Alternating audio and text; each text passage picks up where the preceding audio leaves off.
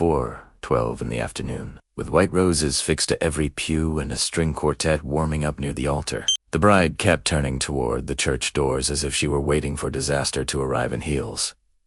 Most people read it as nerves. Isabel Hart did not. For 12 years, Isabel had built a career out of seeing what other people missed. She knew when a groom was drunk, when a mother was lying, when a best man was one drink away from ruining photographs, and when a perfect schedule was about to become a public disaster. That was why people hired her. Not for flowers. For control. What she could not control that day was the expression on Evelyn Cross's face every time the church doors opened. Evelyn was 29, graceful in ivory silk, with lace sleeves and a veil so light it moved when she breathed. She should have looked like Joy. Instead, she looked like someone bracing for impact while pretending to admire the weather. The first time Isabel noticed, a cousin pushed open the bridal room door to ask about programs. Evelyn turned so sharply toward the doorway that her bouquet tilted and nearly slipped from her hands. "It's just Lily. Nora, her maid of honor," said Evelyn, forced a smile. No." But her hands were shaking. By 5 o'clock, guests had begun filling St. Matthew's. Men in dark suits, women carrying perfume and opinions, children already bored, and organists checking the opening bars. Isabel moved through all of it with her headset and clipboard. But every few minutes her eyes returned to the bride. Always the same thing. The glance at the door. The held breath. The relief when the person walking in was only another guest. Most brides are afraid the groom won't show. Evelyn looked afraid someone else might. If a woman about to say "I do" keeps looking at the door like that, there's always a story behind it. If you feel it too, leave a like, subscribe, and tell me in the comments. What do you think's worse, on a wedding day, cold feet, or an old secret walking back into the room? At 5:41, a black sedan stopped outside the church. The woman who stepped out was in her mid-30s.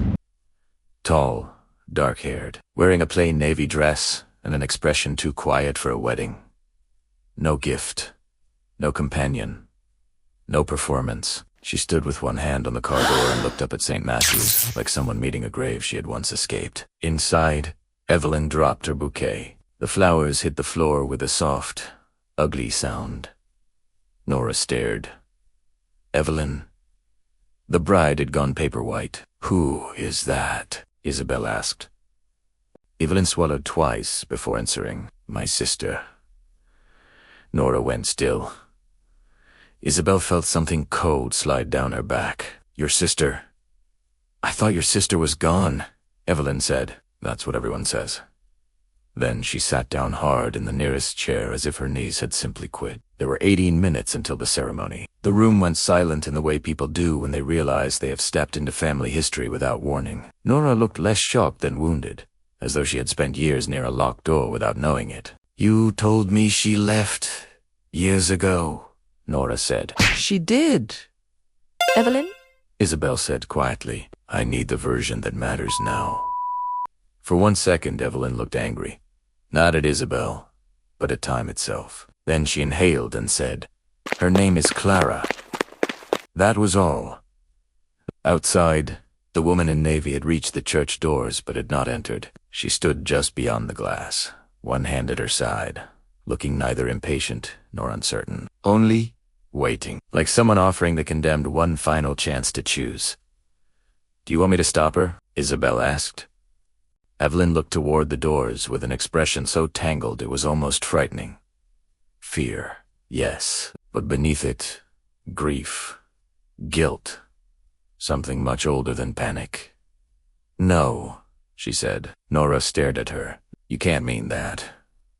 I said no. At 5:46, Isabel made a decision she normally would have called unprofessional. She left Nora with the bride, crossed the side corridor, and went to meet the sister herself. Up close, Clara. Cross looked like a woman who had once been beautiful without effort and had since had her edges worn down by years nobody had witnessed properly. There was no makeup hiding the tiredness beneath her eyes. No jewelry except a thin silver band on one thumb. She carried no handbag, no envelope, no floral politeness. "I'm Isabel Hart," she said. "Plana?" Clara nodded once. "I know. The bride knows you're here. I assumed she might." Do you intend to cause a scene? Clara looked past her through the church doors at the lit aisle and the waiting guests. If I wanted a scene, she said, I would have come years ago. Before Isabel could answer, Clara added, I only came because I received an invitation with no return address and my mother's handwriting on the envelope. I thought maybe someone was tired of pretending I was dead. That landed. Family shame, Isabel thought, not scandal. Shame. It always aged more quietly and more cruelly. She led Clara into the side chapel rather than the main nave. Wait here, she said. If you're staying on my terms until I know what this is. Clara almost smiled. That sounds like something Evelyn would say upstairs. The bridal room felt smaller. Nora was furious. Evelyn was trying not to fall apart. The bridesmaids had all been sent out, under the excuse of photographs and lipstick. Isabel shut the door and said, She's in the side chapel. She says she came because your mother invited her. At that, Evelyn laughed once, sharp and broken. Of course she did. Nora folded her arms. Would someone like to explain why I'm hearing about a dead sister 18 minutes before the vows? She's not dead, Evelyn said. Then what is she? Evelyn lowered her hands from her face and answered in the flat tone of someone finally too tired to protect the lie. She's the person my family blamed for what my father did. Nobody spoke. Nora's expression emptied. Isabel felt every decorative thing in the room become suddenly absurd. My father, Evelyn said, staring at nothing, was adored. Teacher, church, elder, the kind of man people called solid, decent. When I was 16 and Clara was 22, she told us he had been hurting her for years. Nora whispered, Oh God. Our mother said Clara was unstable. My aunt said she was dramatic and jealous. My father cried. He said she wanted money and attention. The church closed around him like fists. My mother told people Clara had some kind of breakdown. And you? Isabel asked. Evelyn looked up, and the shame in her face was almost hard to watch. I believed them. Nora sat down without meaning to. Evelyn. I was 16, she said too quickly, as if age might still save her, then slower. I was 16, and everyone in the house was speaking the same lie. And he looked wounded, and she looked furious, and I chose the version that let the world stay standing. That was the real thing, Isabel realized. Not ignorance. Selection. The truth people refuse, because accepting it would demand too much demolition. He died 3 years later, Evelyn went on. Heart attack, buried with hymns and speeches about what a good man he was. And Clara left town. My mother told people she ran off with someone.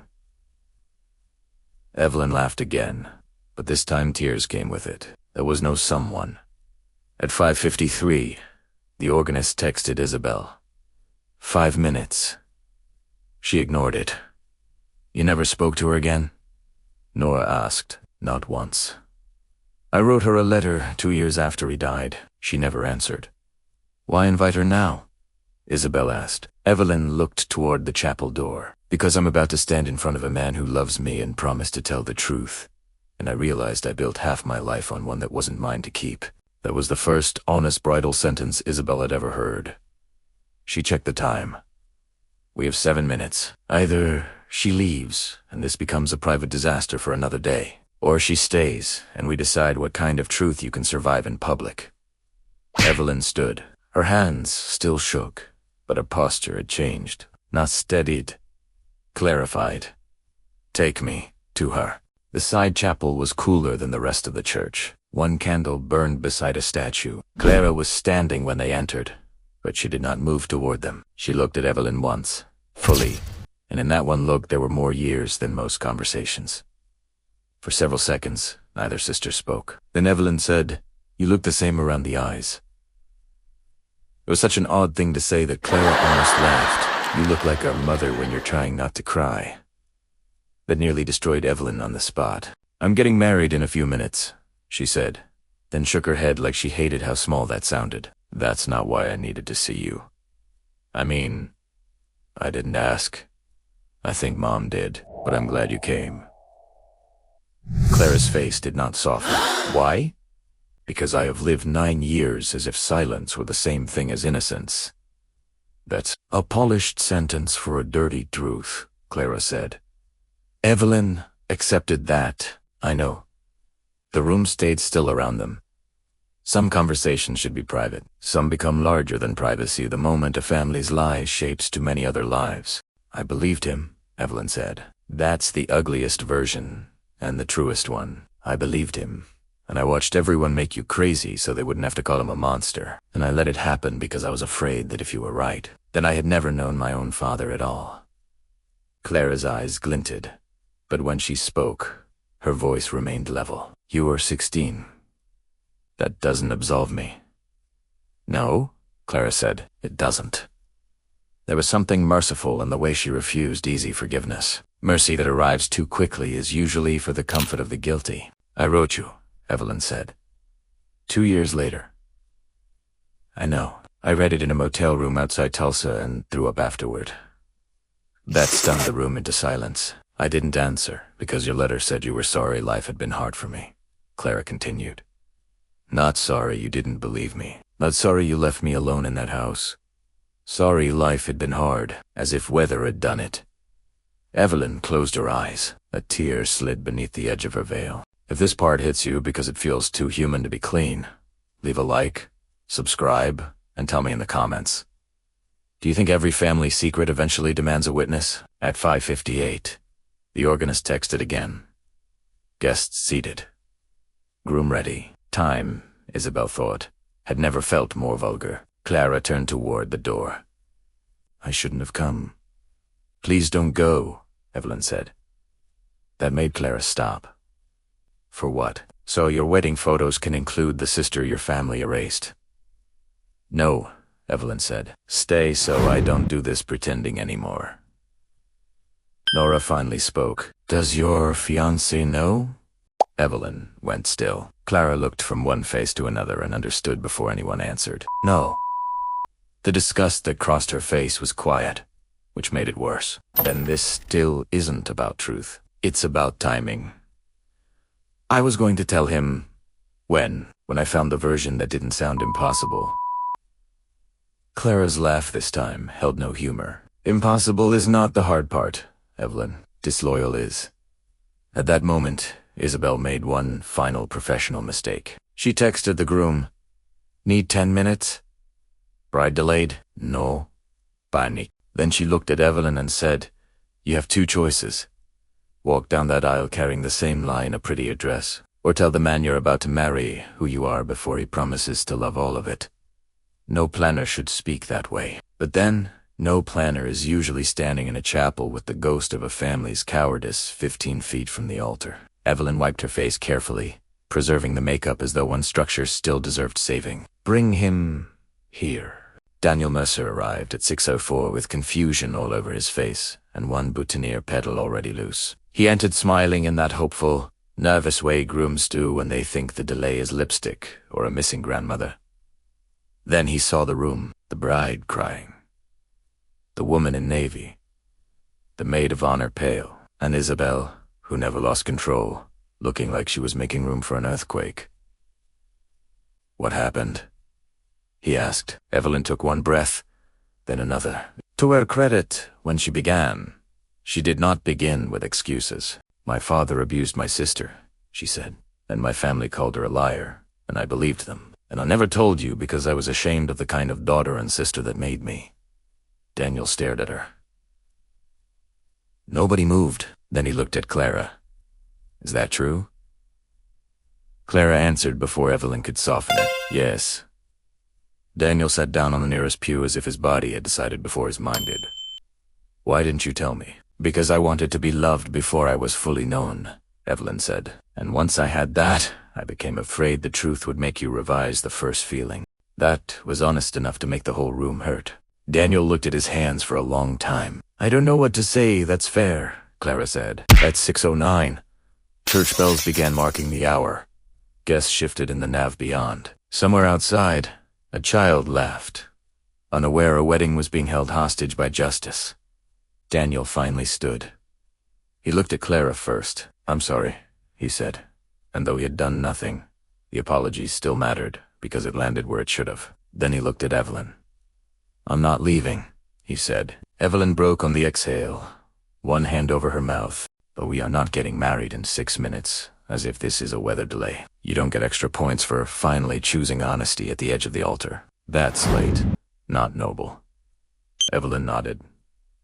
"I know to you." "Yes." He inhaled carefully. "Then, here's what happens next. I walk out there and tell them the ceremony is postponed because of a private family matter. Anyone who loves us will survive not getting cake tonight. Then you decide whether this wedding is something you still want, after it no longer has secrecy holding up half the walls. Gate. Not because his solution was perfect, because it was decent." At 6:14, Daniel walked into the church alone and addressed 100 confused guests. He did not explain. That, too, was a kind of mercy. He said only that the ceremony would not be taking place that evening, and that those who loved Evelyn should give her space instead of speculation. Some guests were graceful. Some were offended. Evelyn's mother fainted theatrically enough that 2 cousins had to hide their irritation while carrying her out. Clara stayed through all of it, not because she owed them endurance, but because leaving too soon would have looked like shame, and she had carried enough of that for one lifetime. The next morning, Isabel received a text from Evelyn. She stayed for coffee. It was the smallest possible beginning. The wedding did not resume on a neat schedule. There was therapy. There was anger. There was the ugly, unphotogenic work of truth, entering places built to keep it out. Evelyn and Clara met 4 times before either of them used the word forgive. When it finally arrived, it did not come wrapped in tears or piano music. Clara said only, "I can forgive the girl. I'm still deciding what to do with the woman." Evelyn cried anyway, because sometimes honesty is gentler than absolution. Daniel stayed. Not blindly. Not passively tat-muttered. He stayed the way decent people stay, by asking difficult questions, setting terms, and refusing to confuse love with convenience. 8 months later, Isabel planned their wedding again. Smaller this time. No cathedral. No polished family mythology. Just a garden behind a restored house. 50 guests, string lights, and 1 front row seat reserved for Clara Cross, who arrived in green and stayed until the last song. When Evelyn walked toward the aisle that second time, she did not look at the gate in fear. She looked toward her sister once. Clara nodded. That was enough. If anyone had asked Isabel afterward what saved the marriage, she would not have said love. Love had been there the first time and nearly got built on rot. She would have said this. Someone finally chose truth before timing, and though it cost them their perfect day, it gave them something far harder to fake. The version of themselves that could survive being known. And if this story stayed with you, leave a like, subscribe, and tell me in the comments, what matters more, being forgiven or finally telling the truth before you ask someone to love you?